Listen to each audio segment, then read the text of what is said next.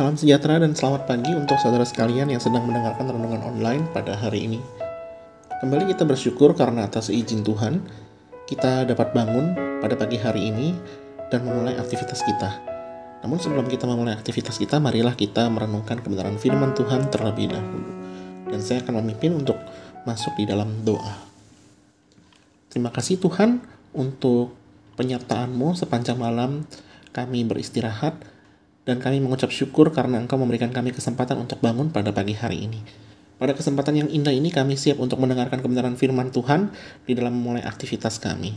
Berbicaralah Tuhan karena kami siap untuk mendengarkan firman-Mu. Di dalam nama Tuhan Yesus kami berdoa. Amin. Saudara, pada pagi hari ini saya akan membawakan renungan dengan judul Menjadi Orang Bijak. Bahan renungan hari ini akan saya ambil dari Amsal 14 ayat 1-20. Namun saya hanya akan membaca ayat 1-3 saja. Demikianlah firman Tuhan.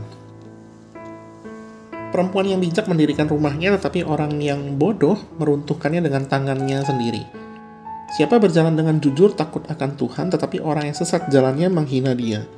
Di dalam mulut orang bodoh ada rotan untuk punggungnya, tetapi orang bijak dipelihara oleh bibirnya. Sedemikian jauh pembacaan firman Tuhan. Berbahagialah kita yang bukan hanya membaca tapi melakukan firman ini dalam hidup kita.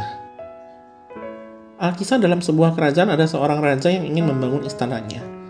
Dalam sebuah kesempatan, sang raja itu mengadakan sayembara untuk memilih orang-orang yang mahir dalam menjadi arsitek pembangunan istananya itu.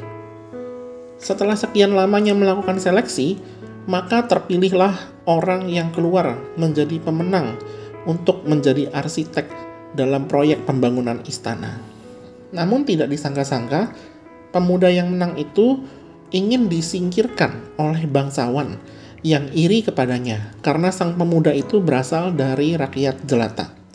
Sang bangsawan itu pun mulai memberikan keterangan palsu bahwa sang pemuda itu melakukan kecurangan saat seleksi. Tujuannya adalah agar si anak bangsawan ini yang dapat memegang proyek pembangunan istana raja daripada si pemuda dari rakyat jelata tadi. Tidak disangka-sangka, sang raja pun ternyata mengetahui hal tersebut dan membiarkan si pemuda yang menang disingkirkan dan digantikan oleh anak sang bangsawan karena takut hubungan dengan sang bangsawan menjadi rusak.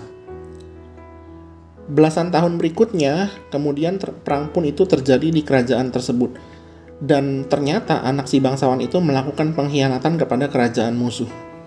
Ia memberitahu tentang seluk-beluk denah istana kerajaan, dan akhirnya kerajaan itu pun dapat ditaklukkan dengan mudah. Semuanya terjadi karena pada saat pembangunan dahulu sang raja itu tidak bijak di dalam mengambil keputusan. Saudara, pada Amsal 14 ini pun kita melihat ada banyak sekali perbedaan antara orang bijaksana dan juga orang bodoh. Penulis Amsal membuka dengan perbandingan orang bijak dan juga orang bodoh. Ada beberapa yang bisa kita lihat. Yang pertama, setidaknya kita melihat adalah orang bijak itu adalah orang yang takut akan Tuhan. Kemudian kita melihat yang kedua, mulut mereka itu penuh dengan kejujuran. Berbeda dengan orang bodoh, mulut orang bodoh itu penuh dengan kebohongan kalau misalnya kita lihat di ayat ketiga sampai dengan yang kelima. Tidak hanya itu, di ayat 8-12, mereka juga tertipu oleh karena kebodohan mereka sendiri. Sedangkan orang yang bijaksana itu berhati-hati di dalam melangkah, di dalam bergaul, di dalam bertindak.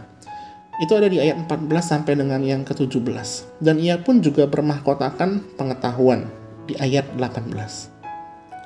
Saudara, orang bijak adalah orang yang menundukkan dirinya di hadapan Tuhan. Mereka dipenuhi dengan kejujuran, ketulusan, pengetahuan akan kebenaran, dan juga menjauhi kejahatan. Bukan karena sifat mereka itu baik, namun karena mereka itu semata-mata takut akan Tuhan. Sebaliknya, saudara, orang bodoh adalah orang yang hidup di luar kebenaran. Mereka tidak takut akan Allah. Mereka menganggap diri mereka itu benar, merasa lebih hebat daripada Allah, dan melakukan apa yang mereka mau tanpa rasa takut akan Allah. Ironisnya adalah mereka bahkan tidak tahu bahwa jalan yang mereka sedang jalani itu adalah berujung kepada maut. Saudara, kita perlu menyadari bahwa kita memerlukan Allah untuk menjalani kehidupan di dunia yang penuh dosa ini. Tentu diperlukan hikmat agar kita dapat menjalani kebenaran dan menjauhi kejahatan. Kita perlu berhati-hati dengan perkataan kita, berhati-hati dalam tindakan kita, dan juga berhati-hati di dalam pergaulan kita atau berelasi dengan dunia ini. Sikap takut akan Tuhan itu adalah menjadi kunci yang utama bagi kita semua agar kita bisa menjalani hidup dengan bijak di tengah dunia ini. Menjadi bijak adalah bagian praktis di dalam menjalani kehidupan kita sebagai orang percaya.